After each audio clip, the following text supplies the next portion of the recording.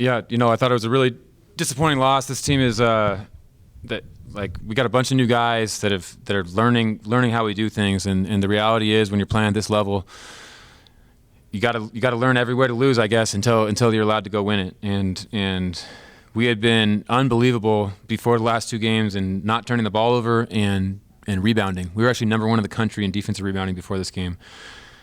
And we go get our butts kicked. They get 14 offensive rebounds and we get 23 defensive rebounds, and it's like we learned that. We had 20 turnovers last game versus Bradley, and it's just we can't keep falling into these traps and thinking we got things figured out. We got to continue to just grow, and eventually we'll run out of those ways to lose, and we're going to be able to flip this thing.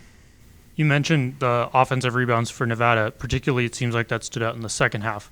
What did you guys make of maybe the defensive effort from the first to the second half, game overall?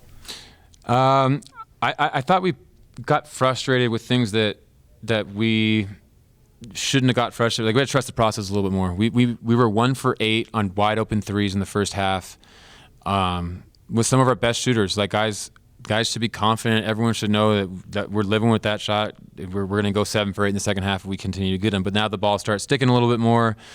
They banged in some tough threes in the beginning of the second half. The end of the first half, they had two tough ones, and they banged in a couple in the beginning of the second half, and we kind of hung our heads and we started changing things, not scheme wise, but we started adjusting on the ball a little bit, and we stopped rebounding like we needed to. And I think we got to stick with the process and trust what we're doing, and can't shy away from that.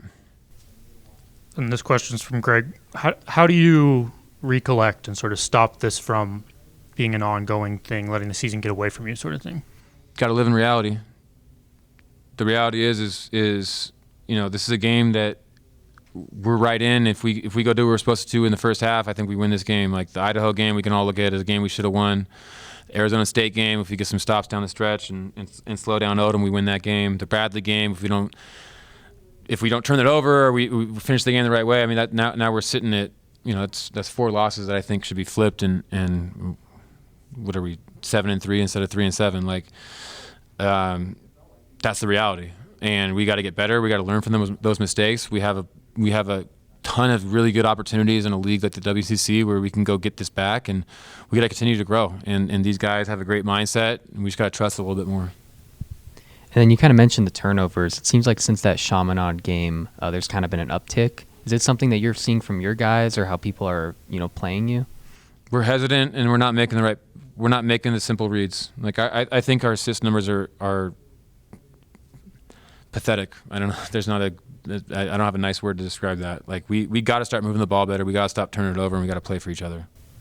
And then Tomas had his best game since returning from injury. Kind of, what have you seen from your perspective of him kind of like trying to recover from that injury, but also trying to make an impact? Yeah, I think he's a warrior. He's a Viking. He had a really bad ankle sprain, and he's a really strong athlete that needs to be able to play off that. He was kind of playing on one leg, and I think he's finally starting to get healthy and get a little more comfortable.